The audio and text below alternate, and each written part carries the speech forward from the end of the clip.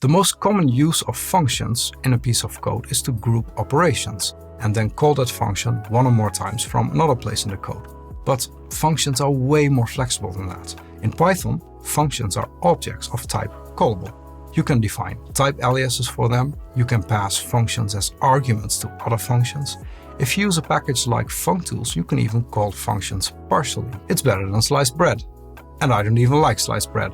Have you noticed that in whatever country you are, the people living there think that their bread is better than in any other country?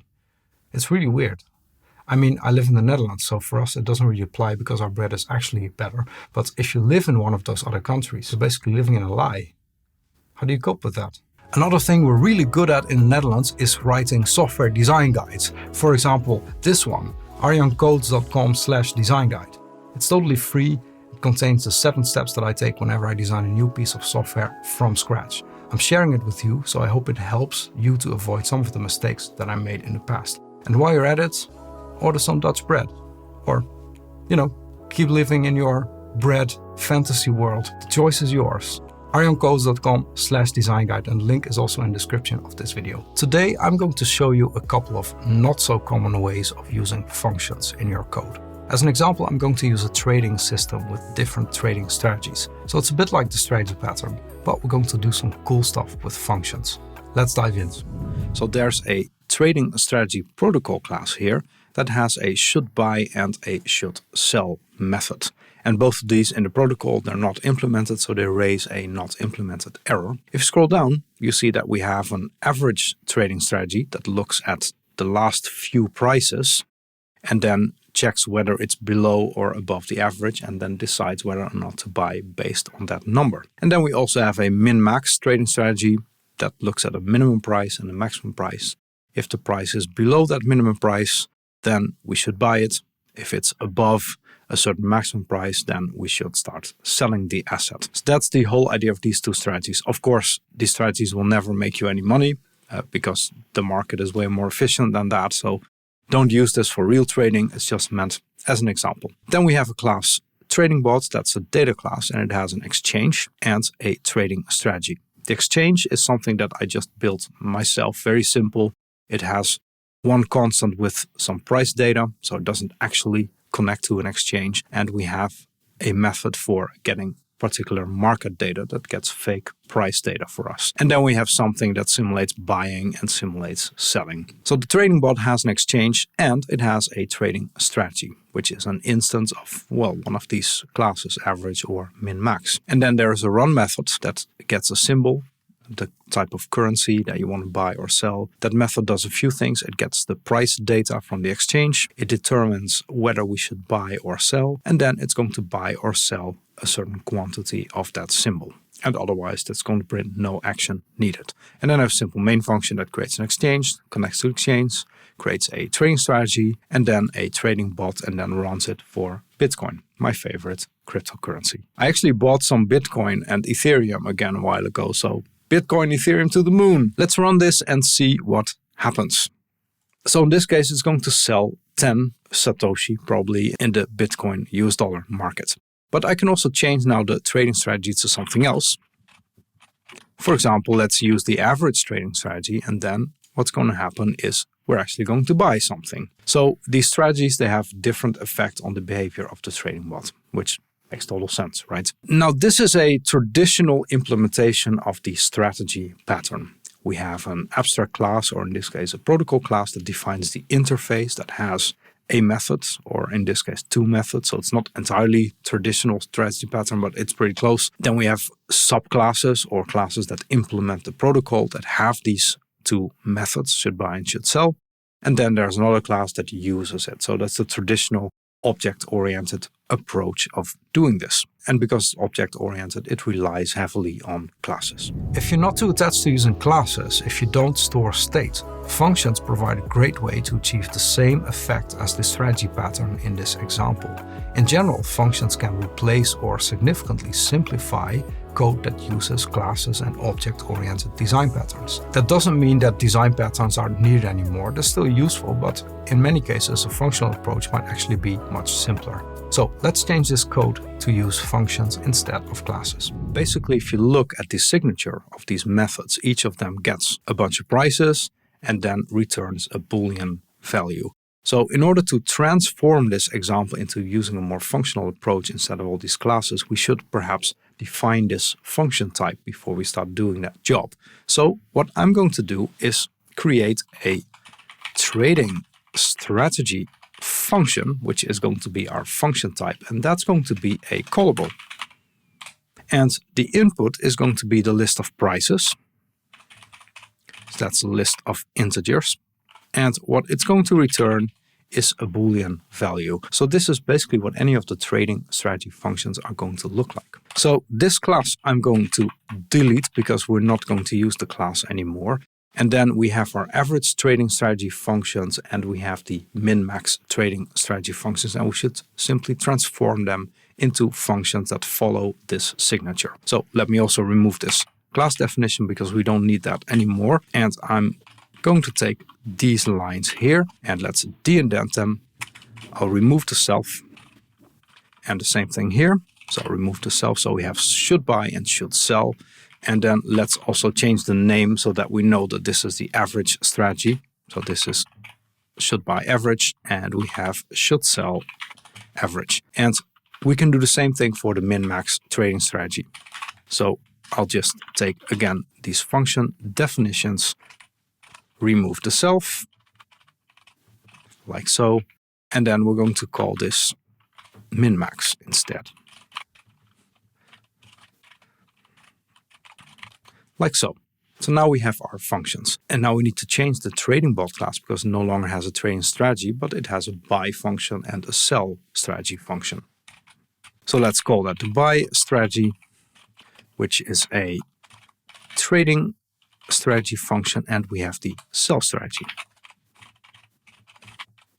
which is also a trading strategy function. And in the run methods, we don't do this, but we call here the buy strategy, and here we call the sell strategy, like so. And now we can create the trading strategy here.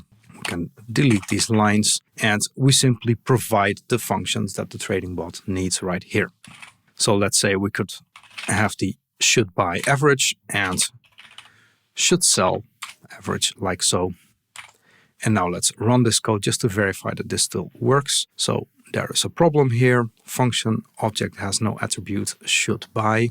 And that's of course because we don't need to do the call here anymore because this is already a function.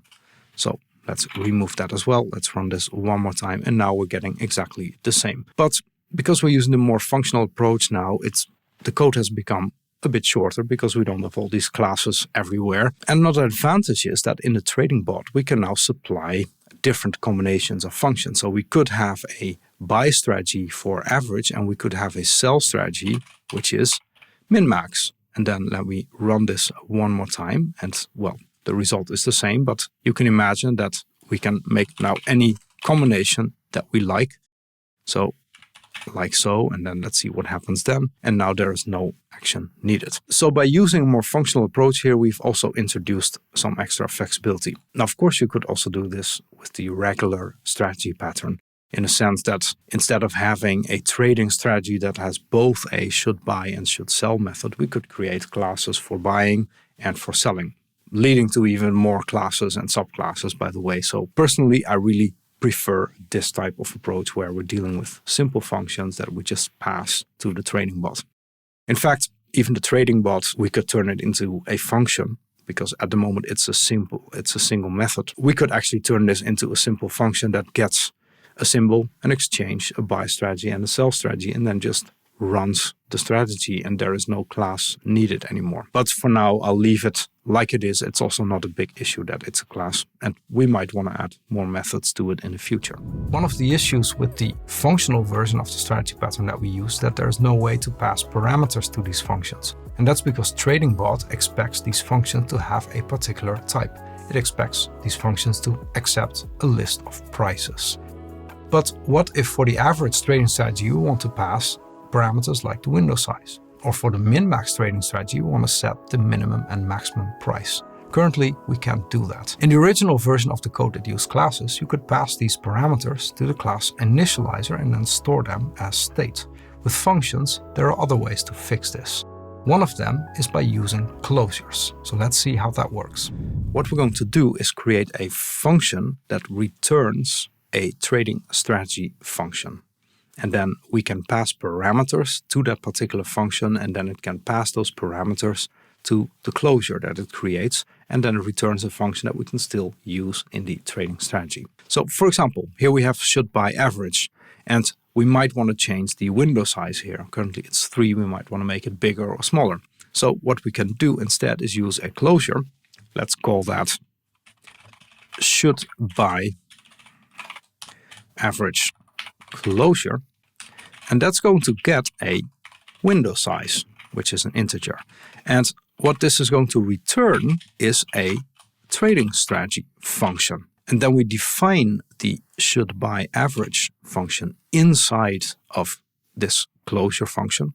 And here the -3, we're setting that to the window size like so. And now what we're going to do is return should buy average. So that's our closure function. And because we're passing the window size as a parameter here, we can use it in should buy average. That's the whole idea of the closure. But the function that we return is still a function that only gets a list of prices. So this is the closure mechanism. What you can now do in the main function is that instead of passing this function directly, we can pass a should buy average closure, and then we actually pass it the window size. So for example, I could now pass the window size of 4, and this is going to return us the average function that takes a window size of 4. And now let's run this, and well, apparently we still need to buy more Bitcoin. So this is what a closure does. And you can basically use the closure for any of these other functions as well. So for example, for should sell min-max, it's probably useful if we have a closure that allows us to define what the price is. So let's create that should sell min-max closure. So this is going to get a max price, which is an int.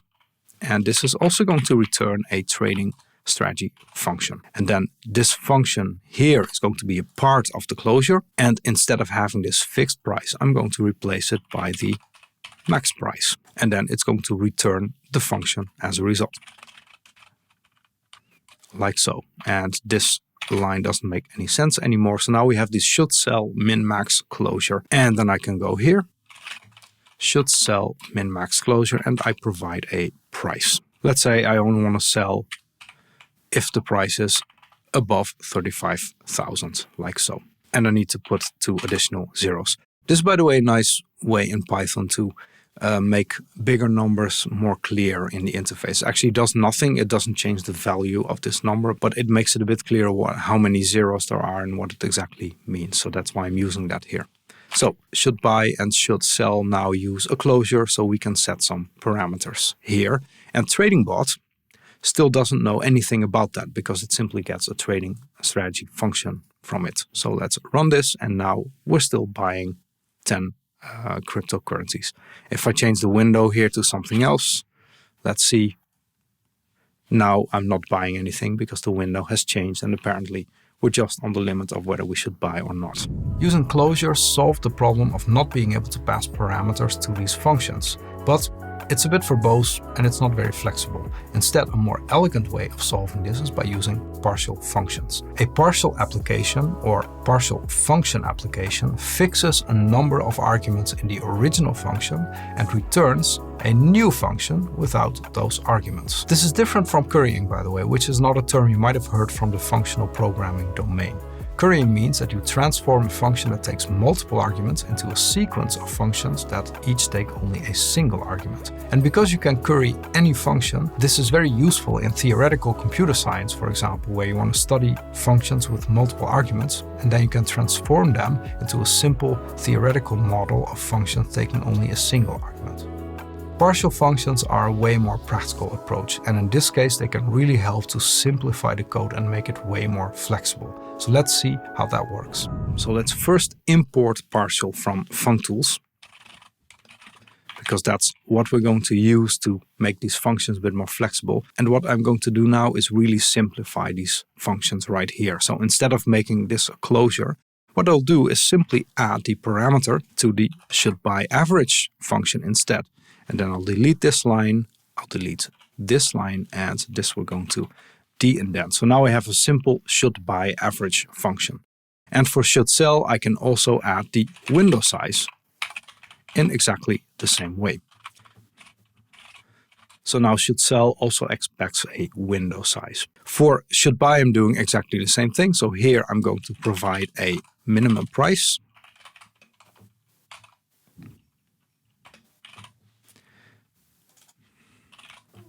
Like so.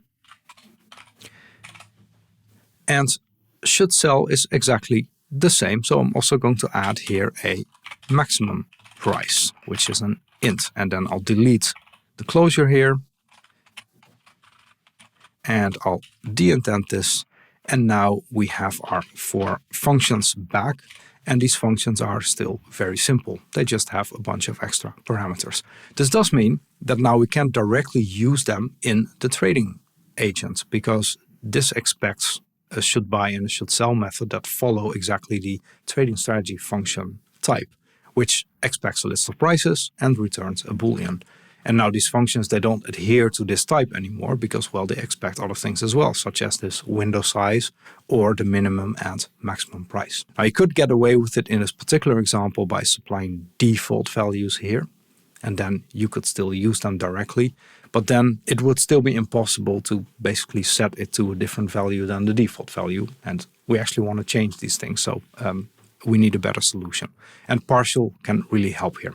So what we can do with partial is create partially applied versions of these particular functions. So what you can do is, and that's actually really neat, we can create a buy strategy, which is then a partial application. So I'm using partial here of the function, which is, let's say, shouldByAverage. And we're going to supply the arguments. So we're going to supply a window size of 4.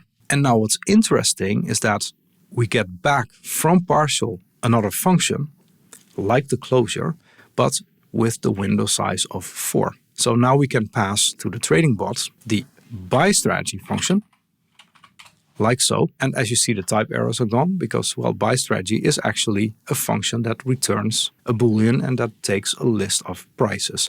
And similarly, we can create a sell strategy, which is also partial application of, let's say, shouldSellAverage, or let's do the min-max actually. And then we're going to supply a max price of, let's say, $35,000, like so. And now what I can do here is supply the sell strategy. And let's run this, see what happens. So we get some missing parenthesis somewhere. Oh, I think this one doesn't need to be there. Let's run that again. And now we're back at a working state of the code again. So this is really powerful because now it means that we have flexibility in the way that we define our functions. We can supply these extra arguments here, maximum, minimum price, window sizes, etc. But because of partial, we can transform these functions into new functions with partially applied arguments.